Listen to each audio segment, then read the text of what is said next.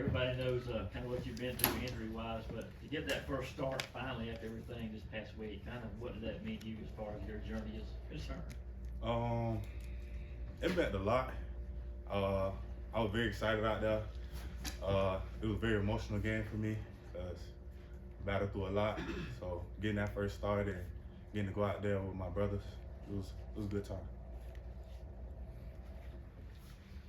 So they were saying your nickname is Trouble. Yeah. Like, where did that nickname come from? I got that nickname back in high school. It originally didn't start so much as in football trouble. It was kind of a little outside trouble, but it it came onto the field though. You ever cause trouble on the field? Yeah, yes sir. Ryan, speaking on the injury thing, I mean, I know that it's something you can kind of look back upon and look at it as kind of a victory, so to speak, for what you've gone through. Was there ever a point of maybe lightheartedness with you, Claude, medical staff, where you're like, I'm sick of seeing you guys. Like I'm tired of being here. I'm tired of getting to know you guys because it's almost ridiculous how much you've had to deal with since you've been here. I wouldn't say that, but it's almost like me and the training staff, we got a good relationship, obviously. So, but it's like they build.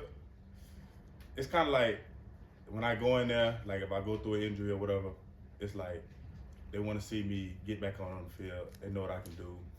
They know how I can help the team. So it's pretty much like that.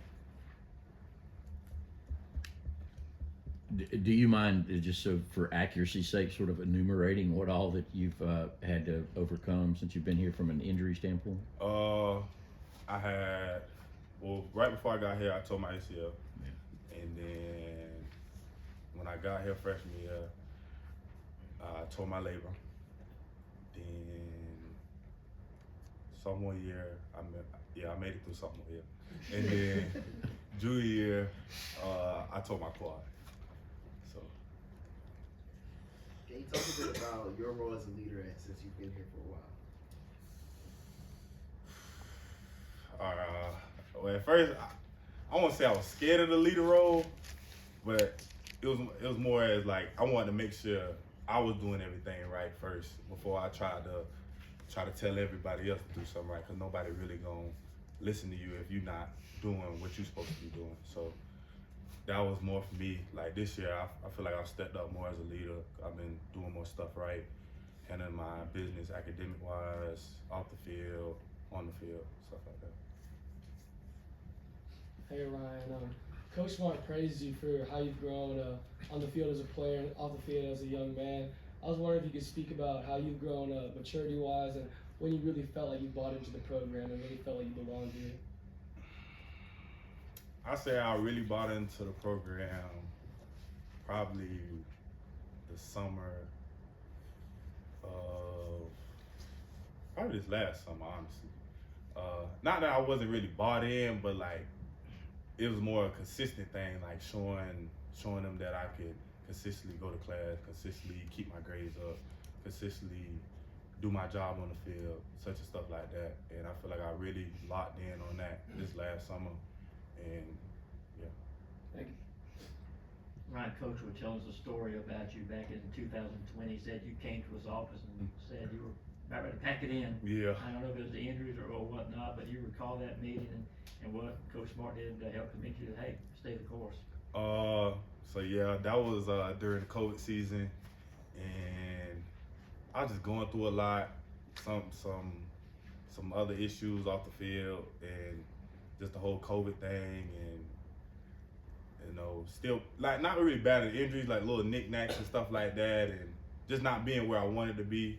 But Coach Smart sat me down and he talked to me, and he just told me like stay patient, trust the process, just trust him, and that's what I did. What kind of feedback did you get from Coach Shimon about your performance the other day, and what kind of role do you think you might have this week? It's not easy to get some good feedback out of Shu. He graded real hard, but he told me he was proud of me, and I stepped up, and overall I did a pretty well job like that.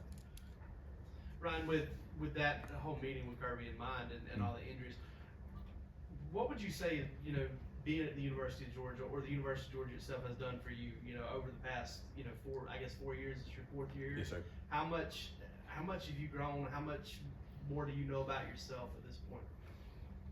A lot. I would say a lot.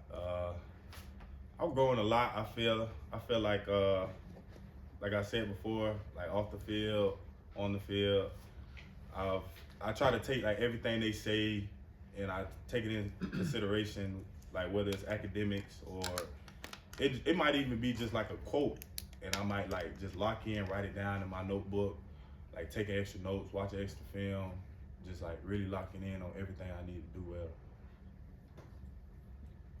Given all the injuries, difficulties of the 2020 season, is it hard to keep a positive mindset and keep pushing and getting to the point where you got to on Saturday where you're finally starting for this defense?